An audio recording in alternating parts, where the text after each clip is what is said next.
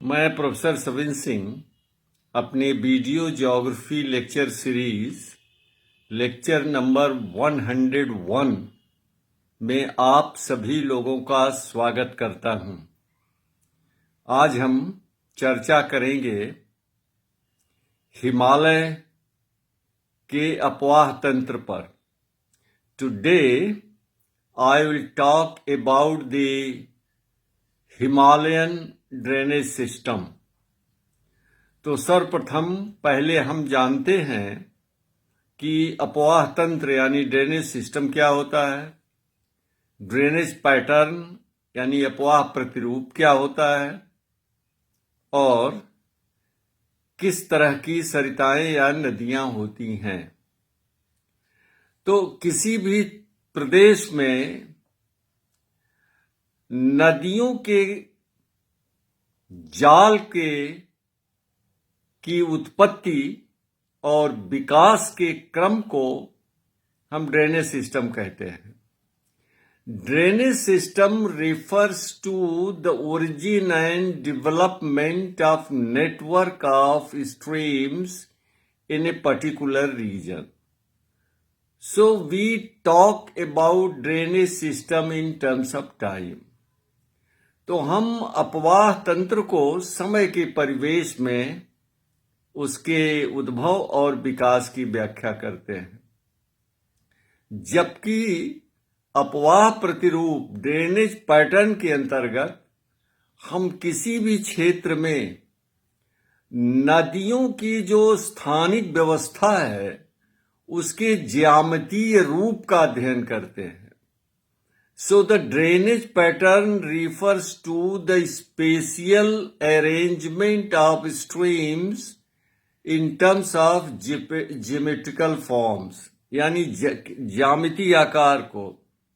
जैसे नदियां जो है वो पादपाकार हैं, उनका रूप है डेंड्राइटिक पैटर्न है, या रेडियल है, अरीय है, या एनुलर है, वलयाकार है, आयताकार है, रेक्टेंगुलर है, समानांतर है, पैरेलल है इत्यादि।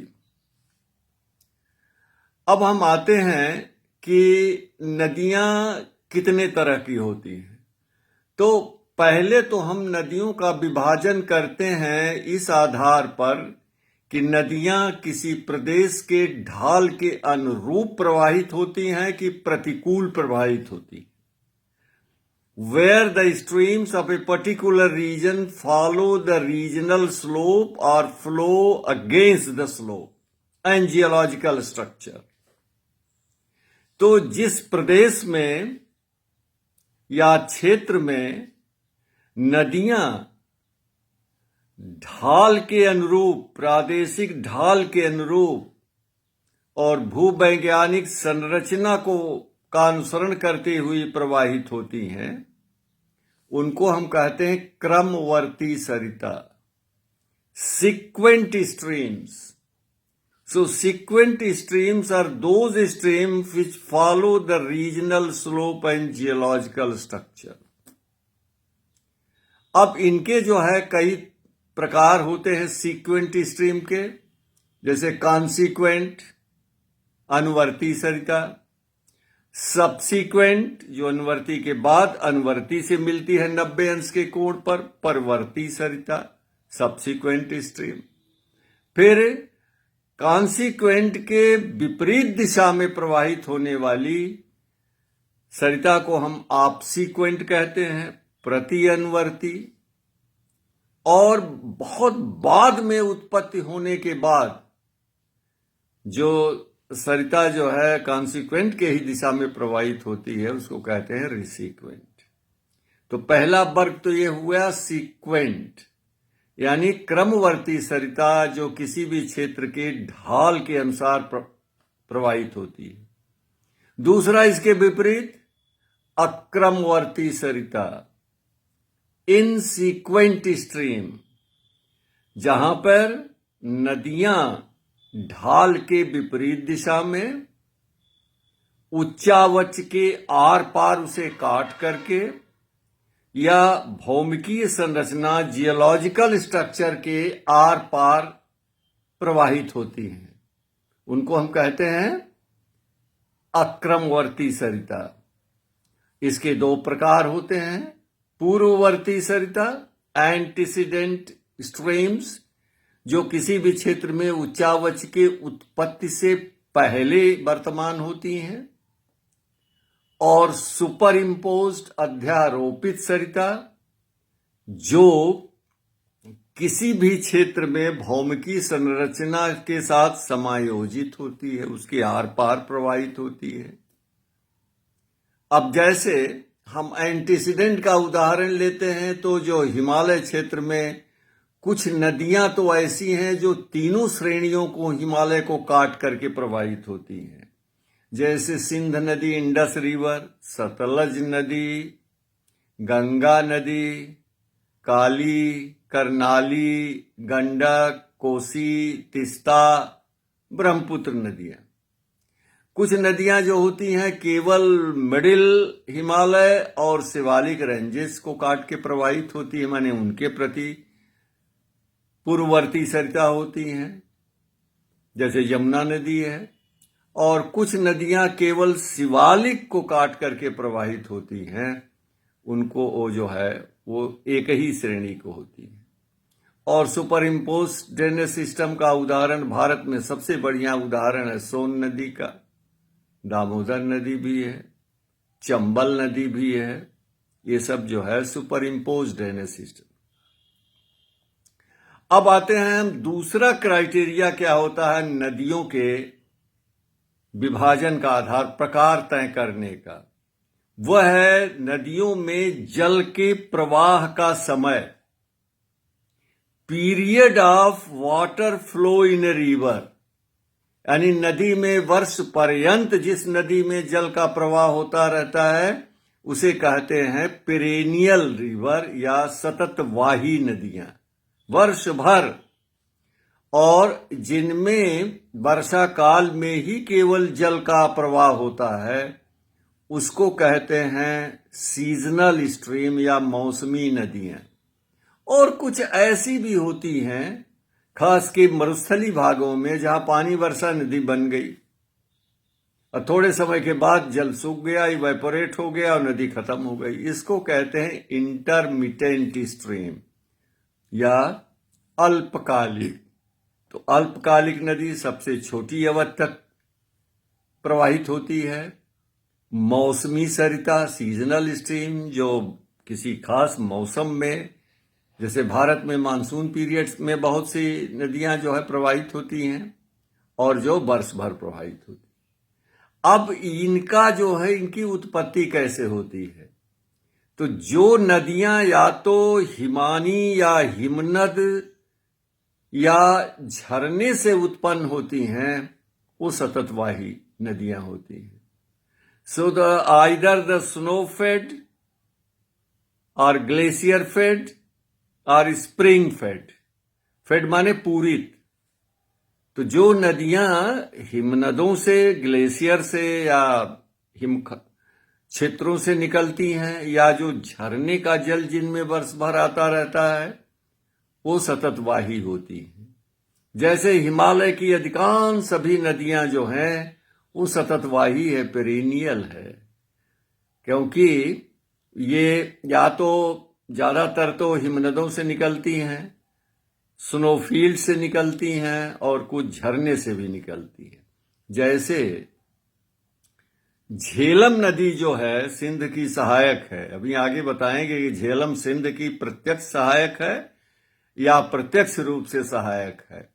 तो ये झेलम नदी जो है कश्मीर में, ये वेरीनाग या शेषनाग झरने से उत्पन्न होती है, इसलिए स्प्रिंग फेड है। लेकिन झरना साल भर चलता रहता है, इसलिए इसमें जल हमेशा बना रहता है।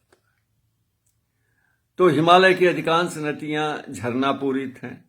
इसी तरह पश्चिमी घाट की देखेंगे तो अधिकांश नदियां वहां सततवाही हैं, जैसे गोदावरी है, कृष्णा है, कावेरी है, पेरियार है इत्यादि। ये ज्यादातर रेन फेड भी हैं और स्प्रिंग फेड भी होती है। दूसरा जो है मौसमी नदियां, वो होती हैं रेन फेड, वर्षा पूरित, यानी जब वर्षा काल में जल की प्राप्ति होने पर इनमें जल का प्रवाह होता है। तो बहुत से मैदानी क्षेत्रों की नदियां हैं, वो जो है वो मौसमी नदियां होती हैं। जैसे मैं जब आपको बता चुका हूं कि 9 से 12 जिस हम इंटर कॉलेज में पढ़ते थे, गांव से 7 किलोमीटर पैदल जाकर, जो आजमगढ़ जिले में पड़ता है, और मेरा गांव गाजीपुर जिले में पड़ता है, उस बीच में 2 नदियां पड़ती थीं। एक नदी का नाम बछाड़ी नदी था और एक का था गांगी नदी। बछाड़ी नदी जो है कंप्लीटली रेनफेड थी। जब बरसात कस के होती थी तो उफना जाती थी, तो हम लोग उसे तैर के पार करते थे, क्योंकि वो इतनी चौड़ी भी नहीं थी कि उसमें नाव चल सके। लेकिन जो गांगी नदी थी उसमें बरस भर पानी रहता था, लेकिन वर्षा काल में वो फुल बैंक हो जाती थी। वो स्प्रिंग फेड थी और वर्षा काल में बरसात का पानी उससे मिल जाता था। तो उससे हम लोग जो है नाव से उसे पार करते थे, क्योंकि वो थोड़ा चौड़ी नदी थी। तो इस तरह से मैदानी क्षेत्रों में या पठारी क्षेत्रों में बहुत सी नदियां ऐसी मिलेंगी जो रेन फेड होती हैं। अब हम आते हैं हिमालय क्षेत्र की नदियों के ऊपर। आज तो लगता है ये लेक्चर पूरा नहीं हो पाएगा, क्योंकि 11 मिनट, करीब करीब 12 मिनट अभी होने को जा रहा है। लेकिन थोड़ी भूमिका हम बता देते हैं कि हिमालय के निर्माण के पहले एशियाटिक प्लेट उत्तर में और इंडियन टेक्टोनिक प्लेट दक्षिण के बीच में एक सागर था, जिसका नाम था टेथीस सागर। और इस टेथीस सागर का एक जो है खाड़ी के रूप में विस्तार कहां था? अफगानिस्तान तक था। और ये जो टेथीस सागर था उसमें उत्तर से एशियाटिक प्लेट से आने वाली नदियों और से मलबे का जमाव निरंतर होता गया, खास करके along the northern bank of टेथीस सी। आज से लगभग 50-60 मिलियन वर्ष पहले, अराउंड 50-60 मिलियन ईयर्स बिफोर एगो, बीपी, अब आजकल जो है एगो की जगह बीपी प्रयोग करते हैं। BP, B for Bombay. BP means before present, BP means, और एडी की जगह सीई यूज करते हैं। सी का मतलब क्या हुआ? Common era. तो ये एशियाटिक जो टेक्टोनिक प्लेट से आने वाली नदियां जो हैं, वो टेथीस सागर के उत्तरी किनारे पर मलबा का जमाव करती है। 50-60 मिलियन ईयर्स बीपी, आज से पहले, जब इंडियन टेक्टोनिक प्लेट उत्तर पूर्व दिशा की तरफ अग्रसर होते होते होते जो है इयोसीन पीरियड में, जब ये एशियाटिक प्लेट से इसमें कोलिजन हुआ, टकराव हुआ, तो भारतीय टेक्टोनिक प्लेट का एशियाटिक प्लेट के नीचे छेपड़ हो गया, सबडक्शन हो गया, जिस कारण टेथीस सागर का एक भाग वलित हो गया और ग्रेटर हिमालय का निर्माण हुआ। इस तरह से टर्शियरी पीरियड में 3 बार हिमालय में उत्थान हुआ, अपहीवल हुआ, 3 बार हुआ। जिस तरह से उत्तर में ग्रेटर हिमालय, मध्य में मिडिल हिमालय या लेसर हिमालय, और सबसे दक्षिण में आउटर हिमालय या शिवालिक श्रेणियों का निर्माण हुआ। लेकिन जो बचा हुआ जल था, किसका? टेथीस सागर का। और इस टेथीस सागर का जो पश्चिमी भाग था, कहां तक विस्तृत था उस समय? 3 हिमालय की श्रेणियों के बनने के बाद भी अफगानिस्तान, सिंध और अफगानिस्तान।